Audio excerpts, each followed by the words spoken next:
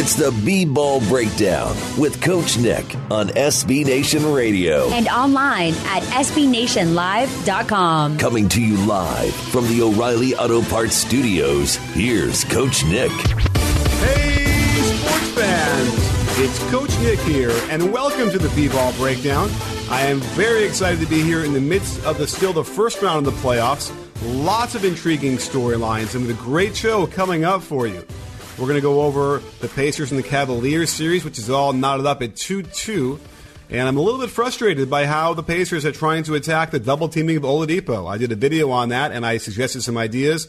They did better in Game 4, but it's all about who is in the right position to execute the actions that you're doing. So they kind of have the right idea of where the five players should be moving, but they haven't quite figured out who should be in which position. It's driving me a little bit crazy because, quite honestly, the Cavaliers are in a desperation mode with the way they're defending it because they can't stop Oladipo one-on-one. We're also going to have a great segment on the Wizards and the Raptors series and why it just simply can't grab my attention.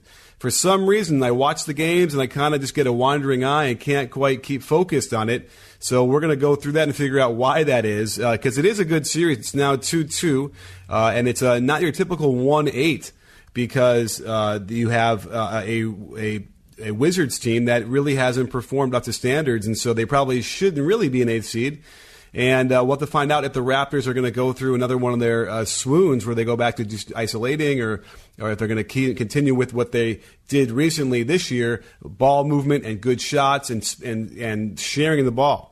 We dropped a video today about playoff Rondo. Does playoff Rondo really exist? Because if you all know, if you've been following the NBA for long enough, you hear about this thing where Rondo is suddenly, an all-world player when it comes to the playoffs. He kind of bides his time. But I don't know. There's a lot of players out there that kind of take their time and don't really play as hard as they can until the playoffs. So I'm not sure it's that different. Lots of stats in the video, so head over to the YouTube channel and check that out because it's a really good one.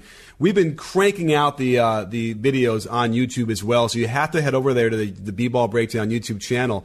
We did one on the Bucks and how they were able to get right back into the Boston series, and then also a special lineup the Sixers have been using of international players that have really been killing the opponent. So definitely head over there and check it out and subscribe while you're at it and follow me at B-Ball Breakdown on Twitter. And stay tuned. After these messages, we'll come back with a great show for you, so no flipping. It's the B-Ball Breakdown with Coach Nick on SB Nation Radio. Coming to you live from the O'Reilly Auto Parts Studios, here's Coach Nick. And we're back. It's Coach Nick here. This is the B-Ball Breakdown. Don't forget to follow me at B-Ball Breakdown. Check out my podcast, which is the B-Ball Breakdown podcast, and also the YouTube channel, B-Ball Breakdown. Lots of great stuff going on, and we are in the midst of the playoffs. I want to talk a little bit about what's happening with the Pacers and the Cavaliers. So, who better to bring on the show than a writer who covers the Pacers, and his name is Dylan Hughes, and he writes for 8 Points, 9 Seconds and Def Pan Hoops. So, thanks, Dylan, for coming on. All right, thanks for having me on. You got it. So it's 2-2, but does it really feel like 2-2 to you from the Pacers' point of view? Well, it definitely feels close. I think the Pacers have really squandered some opportunities because really both the games they lost they could have won, especially the last one they were down by 16 and they came back and they just kept making the same mistakes and really they just gave it up at the end. Letting Kyle Korver hit a couple threes, which he killed them in Game 2, and they lost for that same reason. And they just were so bad offensively. The fact that they were even in the game was pretty crazy, and it's just really telling to how much worse this Cleveland team is than it was last year. Yeah. Well, it seems to me that they are desperate and to guard Oladipo. Like, basically, if they try and guard him one-on-one, it seems like they spread it and he can get by whoever is guarding him, unless maybe it's LeBron. So I'll tell you this right now. I wasn't happy with the way they're trying to execute their offense against this, like, double teaming of Oladipo, especially out top. What are they saying, and what is McMillan saying about all this kind of stuff in the players as far as, like, trying to figure out how to make this adjustment work? Yeah, I think it's been a tough adjustment because Oladipo really never saw that kind of coverage all year. It's basically just been teams trying to throw their best defender on him, and like you said, Oladipos would just run around him. He's so quick, and his dribble he has such a tight handle. He just gets around these guys and goes straight to the rim. And early on in the year, his pull-up shooting was so hot that he would just pull up over guys if they backed up off him and tried to slack off and kind of close those spaces up. And the Cavaliers have really just thrown everything they have at him. They've had double teams a lot of times, and even lately they've thrown triple teams at him. And there's been some times where he's just split them, and he's like in game 1 he was just splitting the double teams. Kevin Love would come up and he would just go right through him, and he would drop some dimes. Like there was a nice dime he had to Corey Joseph in the corner. But lately he's just really been struggling. They've been sometimes rotating a third guy over, and he's definitely, you can tell he's definitely never experienced this before. This is his first year as the primary creator for a team. So he's just really struggling, trying to figure out how to like break through that defense. And as we saw last game, he shot 5 for 20. So I think some of that fatigue and maybe some of the stress of just having to carry such a heavy load on offense has really been putting him in a bind. Sure, and I think, and then more to your point, that he can play or shoot that poorly, and yet the Pacers are right there. Even though, I don't think their offense isn't functioning fantastically, but it just shows you that the Cleveland defense really is a struggle, and that we've seen it all year long, and they haven't been able to really put together enough stops, which is why, no Cleveland Cavalier lead is safe out there. I thought, what's one thing that's really changed my mind about a player's game based on the series is Lance Stephenson, a guy who I thought, even when he played well several seasons ago for Indiana, I never really felt like he was great. He just sort of was still out of control. He had crazy footwork, off balance, and this weird. But now it seems like it's a different player. What do you think about Lance's production so far in these 4 games? Well, Lance is up and down. There are a lot of, from a Pacers perspective, there's a lot of moments where you just love him, and there's a lot of moments where you hate him, because there are times where, like Oladipos, he'll just cut through the lane and get easy buckets at the rim, and he's just so passionate, and he really takes the challenge on defense. Like he'll body up LeBron, like he won't back down, and it's really fun to watch that. But at the same time, as we saw last game, sometimes he just gets too into it and he'll get technical fouls, and he just charges over guys. When he's trying to get to the rim, he'll push off. So the Lance Stephenson experience is definitely an up and down one. And I do think the Pacers need the edge he brings, just because they really need that guy that can come in and just really get in LeBron's head. And as we've seen, LeBron's pushed him. Lance definitely gets in his head, whether he says it or will admit it or not. But so you take the good with the bad, basically, with Lance Stephenson. For sure. And I do still feel like they're getting a lot more of the good. He's driving to the basket well, and he's finishing. His numbers aren't fantastic, but they're good. They're 10 points a game coming off the bench in 21 minutes a game. So he's doing nicely for them and providing what they need. And so, I think that's well on their way to what they can do to win this series. So, sports fans, we have Dylan Hughes with us right now to talk about the Indiana Pacers, and he writes for 8 Points 9 Seconds and Def Pen Hoops. So, Dylan, let's talk a little bit about Bojan Bogdanovich, because I don't think a lot of people understood just how good he is and how good he's been in this playoff series. Yeah, Bojan has been fun all year. Early on, he's starting, and a lot of people wanted Glenn Robinson III to start to begin the year, but he got hurt in preseason. So Bojan really got that role, and he was good. And then there was a Boston game. Some of you guys might remember. The Pacers were up, and they were probably going to win. He just needed to hold on to the ball and get fouled, and he actually threw it away. And Boston I think it was Terry Rozier got it, and he got like a layup and a foul, and Boston ended up winning that game. So it felt like with Pacers fans, they were Bojan had to kind of earn the trust back. And lately, he's just been on fire. Like, he's had games, and we've seen it in the past with him with the Nets in Washington. There are some games where he'll just go off and hit 7 threes like he did in Game 3. And he really knows how to play. Like, he's not just a shooter.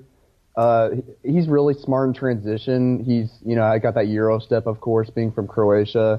And even on defense, he's done a decent job on LeBron. He can only do so much with his size and athleticism. But when LeBron posts him up, Bojan gives him some trouble. Yeah, I mean, I liked when I watch him front LeBron, and then the Cleveland Cavaliers defense really, it's just a mess on the other side. Like, I think that they have to be thinking they're lucky stars. It's 2-2, and I know the Cavaliers fans are going to be mad at me for sort of poo-pooing what's going on so far, but I think I want to do a breakdown on their offense because it really is that disorganized in my mind because, in theory, you front LeBron, it should be a quick pass to the high post and a high-low, boom, he can get a layup. And yet they don't even have that in their arsenal at this point. So it's been really great to watch him, and especially to announce his presence. I don't think very many people were really familiar with who he was or how good he is. Certainly, without him, they wouldn't be in this position. So what do you think going forward as we start to move toward the end of our discussion here? Is as far as, what's going on in this series. We got Game 5 coming up. Who's going to win this whole series? Well, I really think the Pacers really needed to win Game 4 to have a really good chance because they're just, with LeBron on the other side, the Pacers need a lot of momentum.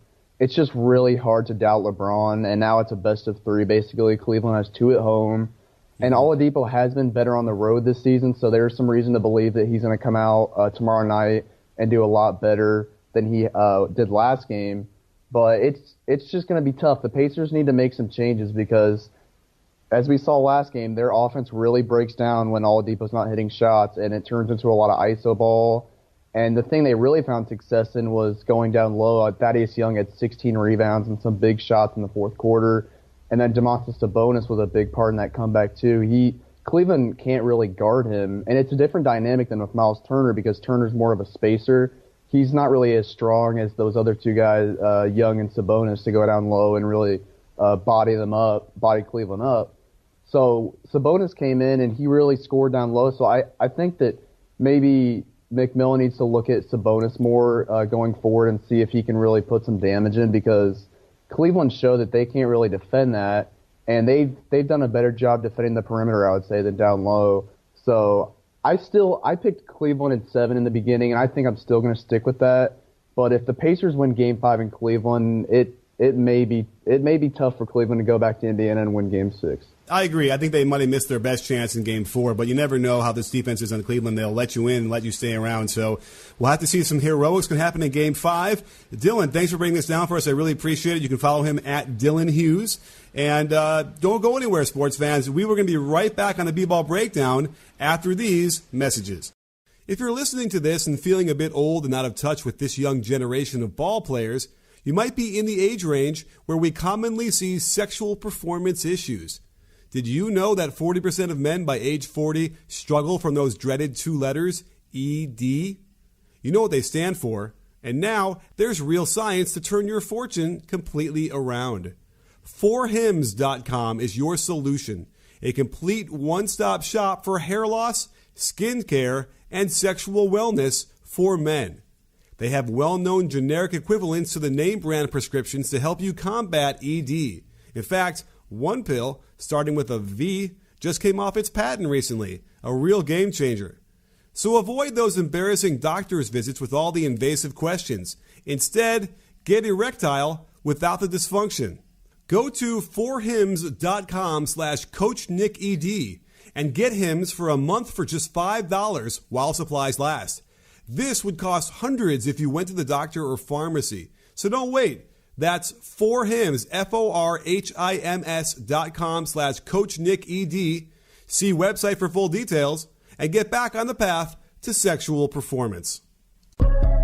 It's the B-Ball Breakdown with Coach Nick on SB Nation Radio. Coming to you live from the O'Reilly Auto Parts Studios, here's Coach Nick. Hey, sports fans, welcome back. This is the B-Ball Breakdown. As always, I am Coach Nick. You can always find us every Tuesday, 5 p.m. Pacific time on SB Nation Radio and across all the other FM stations that you might be tuning into across the country.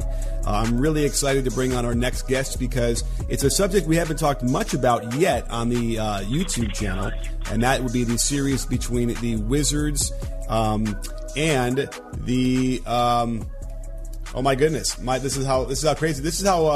it's been, the Raptors. I haven't had a hard time watching this series, and I'm kind of having trouble figuring out why I'm having trouble. So I needed to bring on the next guest to help me figure out what's happening in this series and why I should get more into it. So without further ado, let's bring on senior writer with Yahoo Sports NBA, Michael Lee, and also parenthetically a friend of the breakdown, Michael Lee. Michael, thanks for coming on. Hey, thanks for having me, man. Yeah, well, you explain to me why I can't even remember who these two teams are in this series. The Washington Wizards and the Toronto Raptors. The Wizards are the 8th seed and the Raptors are the 1 seed. Mm-hmm. That helps? That help? Okay. Right. The Wizards are a team that grossly underachieved this year, even though they missed John Wall for half the season. Even when he was around, they wound up losing some really clunkers to like Phoenix and Dallas and Brooklyn twice and Atlanta. You name the bad squad, they beat the Wizards this year. And so they had a really up and down season. So they earned the 8th seed, but they had the talent, I think, coming in that everyone expected that this bunch could kind of move up into the Eastern Conference's upper echelon. Of course, they didn't do that. They believed their own height and played like a team that didn't have to be serious or be focused to win games. They thought their talent would prevail, and they paid a price for it. And then you got the Toronto Raptors, a team that took the opposite approach, that people thought they could be a part of the upper echelon, and they went overachieved in a year that everybody thought that Cleveland and Boston would probably take, the number 1 seed in the East. They emerged as the best team by changing their philosophy, by changing their scheme, by becoming a more ball movement, more three-point shooting, a more modern offense that really challenged DeMar DeRozan and Kyle Lowry. They embraced it, and they were rewarded for it by becoming the best team in the East, and they're a favorite coming in. But through 4 games, the Wizards have matched them at 2 apiece, and now we're seeing that the talent, there really isn't much separation in talent. And if both teams are focused, we could have a pretty incredible series. Yeah, I mean, we certainly have a terrific backcourt matchup. You have Lowry and DeRozan on one side, and then you have Beal and John Wall on the other, which has been very intriguing to me. But, the one thing that someone pointed out to me this morning, which I'm going to do a video on, is the bench of the Raptors for the whole year had been dominating. In fact, one of the best 5-man lineups in terms of net rating out there, really propelling them, even though they did get, good play from their starters. That apparently is not the case anymore in this series. In fact, it's the Wizards bench that's been doing a lot of damage. Have you seen that with your eyes? Yeah, absolutely. And I think that one of the reasons why Toronto's bench has been not as good is because Fred VanVleet has been out with a shoulder injury. He tried to play game 2, but he just wasn't himself, and he's missed the past 2 games. So he's missed 3 to 4 games in this series. And in game 1, it didn't matter because DeLon Wright had a phenomenal game, and he just, took up those minutes and gave them that kind of the same production as they would have got from VanVleet and himself combined almost. But without VanVleet, it sort of puts Dwayne Casey in a bit of a tough spot because he would rely on him, his defense, the fact that he could guard perimeter guys. He's a tenacious defender, and he also could, spread the floor and knock down that corner 3. So not having him, having his presence has sort of taken a huge piece of what made the Raptors successful. So, yeah, the bench hasn't been what it was, but I think a lot of that is because their rotations are a bit off. Interesting. I really like Fred VanVleet, and maybe one day he'll follow me. He likes the tweets that I post of his when I video his tweet, a play of his. He doesn't actually follow me though, but nonetheless, love the way he plays. I love those kind of guards, kind of unheralded, lots of years in college, very polished, very under control. His numbers are modest. When you look at his regular season numbers, he plays 20 minutes a game, almost 9 points, shoots very well from 3 on the lower-ish volume. So it's amazing to me that that's the guy. I mean, what are the other intangibles besides the corner shooting and that kind of stuff? Do you think that really puts him over the edge? It's just that toughness. It's just that competitiveness and that fight. I mean, he had a pretty rough existence, coming up in Illinois, and he made a way for himself. And I think that just having that element, when you get into the playoffs, the more feisty players you have, the more guys with an edge that you have, the better you're going to be. And I think that one of the problems that the Raptors have had in the last two games in particular is that, the guys were afraid to shoot. Guys were kind of taking passing up open looks and trying to move the ball out of fear. And that sort of happens sometimes when you're on the road. Role players sort of take a step back. When you're at home, you feel the comforts of your fan base behind you, pushing you. When you're on the road, you hear those boos. It's tougher on role players, and it puts a lot of pressure on DeMar, and especially DeMar, to sort of feel like he has to be the hero and bail them out. And I think that's sort of what the Wizards did. They put DeMar in a situation where he has to feel like he has to be the hero and revert to what caused the Raptors to have a whole culture reset to begin with. With about 5 minutes ago in Game 4, Beal was having a monster game and had foul trouble as well. And they caught him for, a sixth foul, which would have put the Wizards in a lot of peril because that could have been a 3-1 deficit they would have had. First of all, I'm kind of curious. I don't know if everyone all saw it, but it was how controversial of a call was that to you? It was extremely controversial. Fans in the arena were going crazy. Obviously, Bradley Beal was literally hopping mad, jumping up and down and screaming and cursing and untucking his jersey. And also on Twitter, I made a comment that on Twitter that I thought that Brad doesn't need to be anywhere near contact with 5 fouls. And even though DeMar ran into him, I felt like Brad should have ran away. And people were attacking me. And I was like, well, you can't have close calls. When you have 5 fouls, any contact can go against you. And that was one of the things I appreciate Brad for being aggressive and being assertive and not playing a passive, because he said passive gets you beat. But sometimes you got to be smart. And if a guy is kind of out of control, going for a loose ball, sometimes you got to just slide out of the way, let him have it, and then defend. Defend straight up. But he stuck his leg out the slightest amount, and I don't think people really saw that. And that's where the refs had to call it. And I think in some ways it worked out in the Wizards' favor, because I think the refs felt horrible that they fouled out Bradley Beal on a play, on a borderline play. But for one thing, they also didn't call as many fouls against the Wizards the rest of the game. And the Wizards are a team that when the things are most chaotic and when they're facing the most adversity and they're cornered the most, that's when they respond.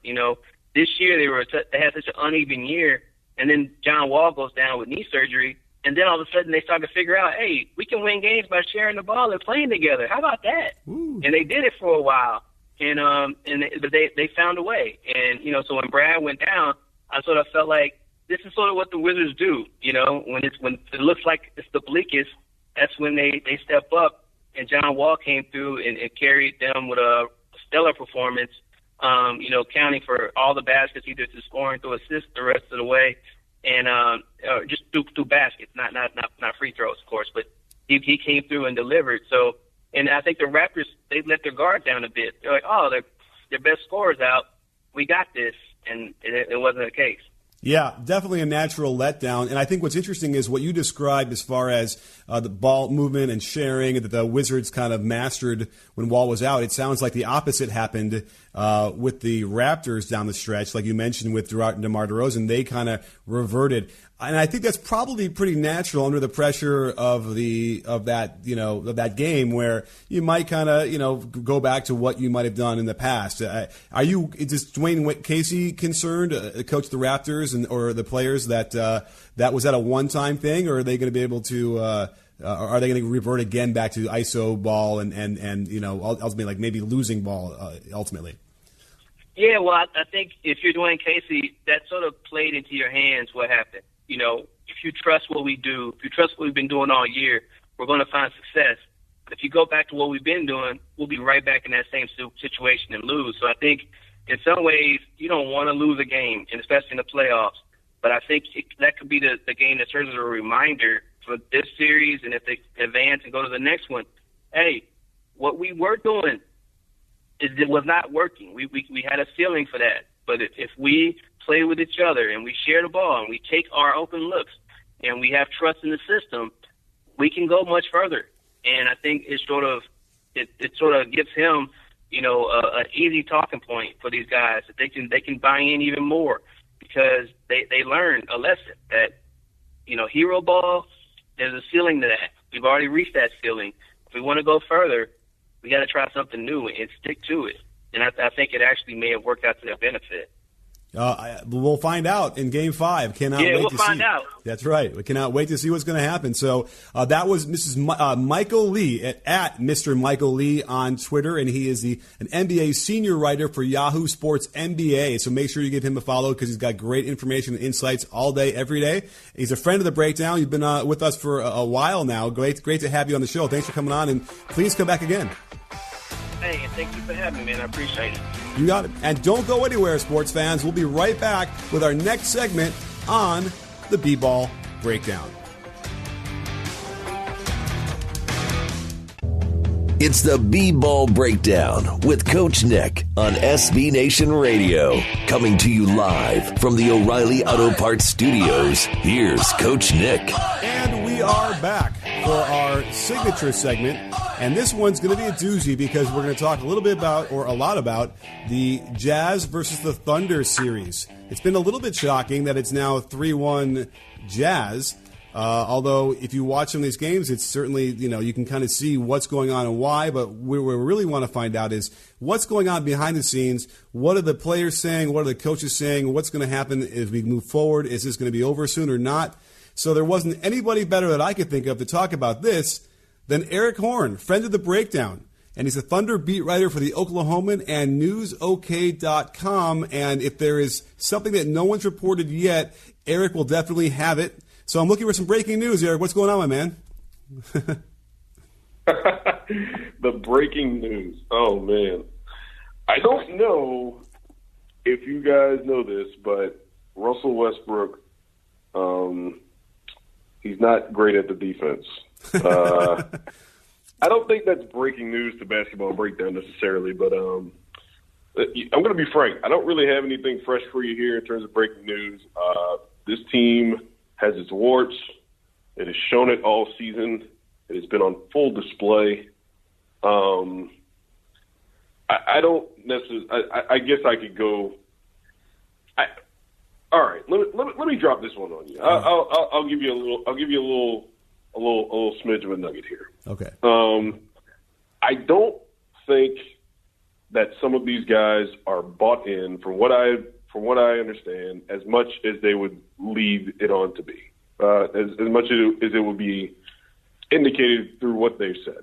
I don't think that, and I will exclude Russell Westbrook from that, but I don't think that some of these guys are as bought in as it would be led to believe. Okay. But that being said, they've still had moments where they played well together this season.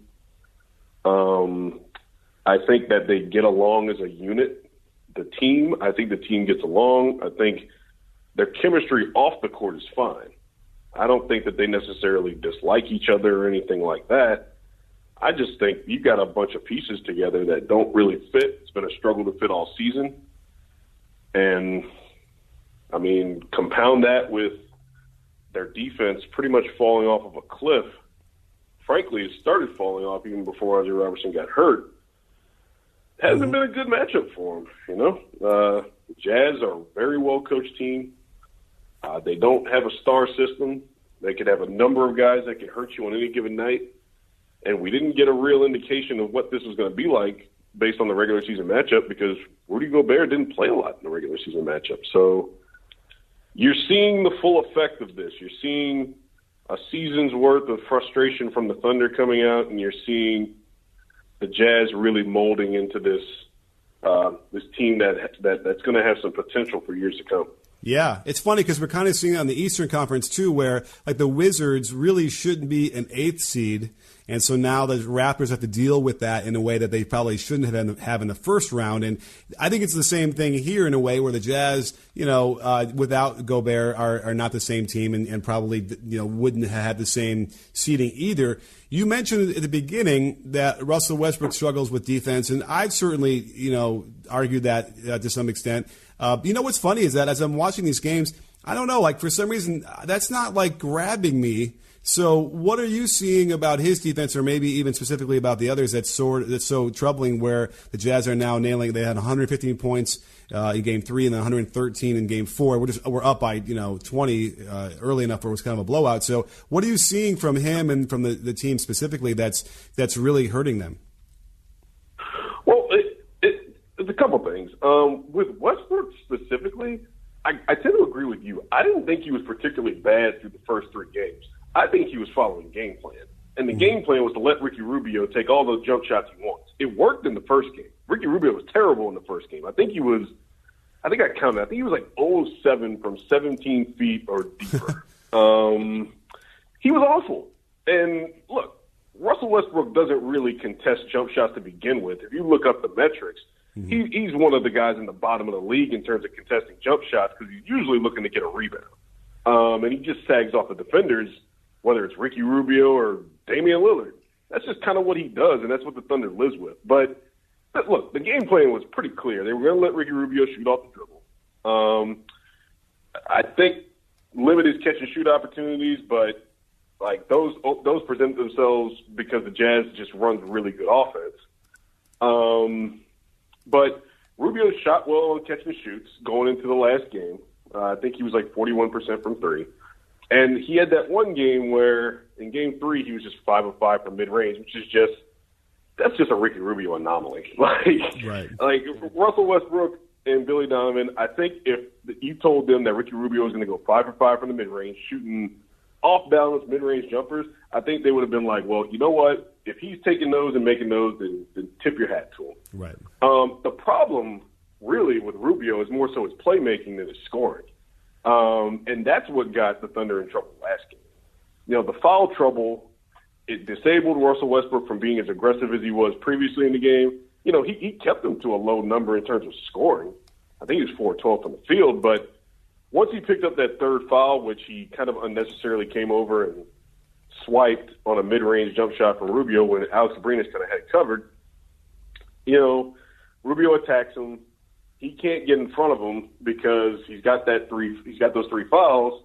Paul George has to slide over from the corner, and you know what that means, Joe Ingles 3. So, right. Ricky Rubio, once he gets going downhill, he's one of the best guys in the league and finding guys. He's a great facilitator. That's never been a question about Ricky Rubio. He's a tremendous facilitator, great passer. So once Westbrook was he was over-aggressive with the fouls early, and that affected the way that he could defend Ricky Rubio in the last 2 minutes of the second quarter, and that's when the Jazz blew the game open. Ingles hits that first 3. Westbrook picks up an offensive foul on the next possession, which, dubious or not, it's his 4th foul. He's got to come out then. And then they're going downhill at Raymond Felton from that point on. Mm-hmm. Raymond Felton, limited defender. You can fault Russell Westbrook, and you can criticize him as much as you want, but Russell Westbrook is capable of staying with Ricky Rubio when he puts his mind to it. That was the big problem in Game 4 to me. The foul trouble got the Jazz going downhill, opened up those 3 Ingles threes toward the end of the second quarter. That just broke the Thunder's back. Yeah. One thing about that, I didn't do it publicly on a tweet, but I have some DMs where once the game started and you saw that Russell Westbrook clearly, he had already kind of called out that he was going to stop Rubio, which was never really that was sort of the problem. This is not about Russ versus Rubio. That's not the matchup that's going to win them. But you saw that he was going to press Ricky Rubio full court, and I said he is going to get into foul trouble. And I was surprised that it took him as long as it did. He got the second foul with 5 minutes left in the first quarter, when I thought for sure, because Rubio knows how to get into the body and knows how to create contact, and I thought that was the problem. Russ was playing off balance and in way too, intensely, and it played right into the Jazz hands. It was weird that no one would have said, hey, back off a little bit after the first one at least. Yeah, and I think that there was this conception on Twitter over the first couple of games that since Ricky Rubio was hitting these shots that Russell Westbrook needs to be playing closer up on him. I don't know if y'all been watching Russell Westbrook all year. When he plays up close on the guy's usually going to blow by him, because Russell Westbrook's not about keeping guys in front of him. He's about the guy going by him and reaching in behind to get a steal. Sometimes it works. A lot of times it works. A lot of times it doesn't work. So I don't think you want to play Ricky Rubio up close. I mean, even though you don't want to encourage Ricky Rubio to drive. Like, you want to sag off. You want to give him that space and then invite him to take that jump shot. That's what Westbrook was doing. That was the thing that worked in Game 1. Ricky Rubio just flat out missed, and he took some bad shots off the dribble. Ricky Rubio made bad decisions. The Jazz, credit to them, they did a better job of coming back and making better decisions in Games 2 through 4. But, look, you don't want Russell Westbrook tight on Ricky Rubio because Russell Westbrook's not going to keep anybody in front of him. Great points all, and we've seen what the results of that are. What do you think, though? I mean, is this series over? Yeah. Okay. I guess that was a yes or no question. The Thunder can the Thunder can get it back to Utah, I think. I just don't really have any confidence in them winning in Utah. You were there, I think, for Game 4, right? Oh, yeah. I was there for 3 and 4. So is that as loud as it seemed on TV? Oh, yeah. Fans were rabid. The Thunder really didn't look like they had much composure once the Jazz started getting out in transition, whipping the ball around. You could just sense that it was about to break for them. Every time the Jazz got a corner three, it seemed like it was the end of the world. And if the Thunder can't keep them from getting those corner threes, if Paul George can't stay committed to basically just not sagging, but blanketing Joe Ingles, which he did well the first couple games of the series. Absolutely. He needs to continue to do that, trust his defense to be able to hold down the pick and roll by themselves and not help off of Ingles. I think they can win Game 5. But I just think it's going to be really difficult for them to go to Utah and win. I just saw no indication that the Thunder was going to win in those 2 games in Utah. Even when they got ahead, it didn't feel like they were going to run away with it. They were only just a few plays away, a couple of 3-pointers from the thing just tilting in Utah's favor. Did Paul George say anything about how Joe Ingles was either trying or getting into his head and that becoming an issue? Was there any questions about that after the game? I don't know if it was necessarily about him getting into his head, but over the past few days, Billy Donovan's mentioned kind of the miscommunication or the misread that Paul George was making there. He was helping when he wasn't supposed to, or he was helping onto the wrong guy. And I just don't see how you can have that kind of disconnect between Games 2 and 3 when the directive in Games 1 and 2 clearly was for Paul George to just stay home on him and just not even allow him to get the ball. And he did a pretty good job of it. Joe Ingles is a non-factor for the first couple of games. But I think what was interesting in Game 3 was instead of Ingles kind of planting himself in the corner for an entire possession, he would slowly kind of make himself – he would slowly, get up above the break. And I think that's when George or whoever was on the backside would kind of lose track of him. Ingles just started changing his movement subtly on those in those half-court sets.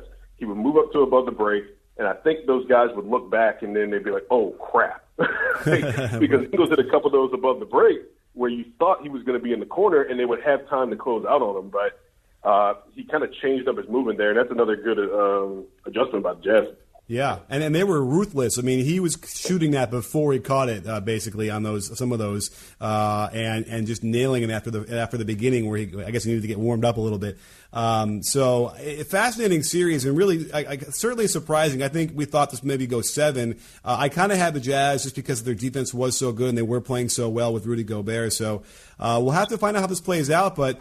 Don't forget, sports fans, Eric Horn is the guy that you need to follow over on Twitter to get all of your news and read him over at the Oklahoman and the newsok.com. So follow him at Eric Horn. That's an Eric with a K. Eric Horn, OK. And thanks for coming on the show, Eric. I really appreciate it. Hey, no problem. Anytime. You got it. And don't go anywhere, sports fans. We will be right back after these messages. It's the B-Ball Breakdown with Coach Nick on SB Nation Radio. Coming to you live from the O'Reilly Auto Parts Studios, here's Coach Nick. So there you have it, sports fans. An action-packed show for you. Lots of guests that came on and really broke down what was going on in great detail in 3 crucial series that we've been keeping our eye on. So I think I'm now fully interested after Michael Lee's interview with me about the Wizards and the Raptors, and I got my head around what's going on a little bit more carefully. So I will do a video, I promise. So stay tuned. Raptors fans have been complaining that I haven't done a video yet. It's just, I don't know. I can't quite get into it, but I'm worried that if I do another game breakdown of a Raptors loss, then the Toronto fans are going to come at me big time, wondering why I didn't do it when they won, but I am only one man. The Thunder and the Jazz are also another really intriguing series, and the Jazz are simply playing better as a team. I think that Russell Westbrook kind of got on the wrong track when he was trying to make it almost like a one-on-one versus him and Ricky Rubio. And let's face it, the Jazz are just a better team. They're playing like a team a lot better than the Thunder's individual talent and parts. And it's really amazing to see that game in Utah. The game 4, when you can feel the crowd through the TV. That's when you know that there's a real crazy atmosphere. I mean, Mitt Romney was trying to, call out Russell Westbrook in his 4 fouls. The game had everything. A huge lead for the Jazz, who kind of were screwing around a little bit, but they ended up holding on. So we'll have to get a breakdown of that done pretty soon. I'm anxious to see a little bit more of what Russ's role is going to be and how it's played out when you look really carefully at all the footage. And then we had the Pacers and the Cavaliers, another great analysis that we had with Dylan Hughes. And again, it's possible that the Pacers have had their last good chance in Game 4, and because they blew a couple spots there, you can't do that with LeBron. Once he gets a little opening, he tends to open that door and then slam it in your face. So we'll have to see. I love the underdog, though, and it's always fun when you think about the Pacers. Can they possibly keep surprising people as they have all year long? Can Victor Oladipo get on track and actually shoot well? And maybe it doesn't even matter because he hasn't shot well, and they've been right there on a lot of those games. So they can just figure out how to rotate better out of their offense when they double team Oladipo. They should get a lot more easier baskets, and then they just have to hit them. So thanks for joining us. As always, I'm Coach Nick. This is the B-Ball Breakdown. I am here every Tuesday at 8 p.m. Eastern, 5 p.m. Pacific. So make sure you find me over here on the SB Nation Radio streaming or whatever local channel you might be listening to this on. So don't forget, you can follow me over at B-Ball Breakdown, and I always respond to everybody because, don't forget, at B-Ball Breakdown, we're not a channel, we're a conversation. You in?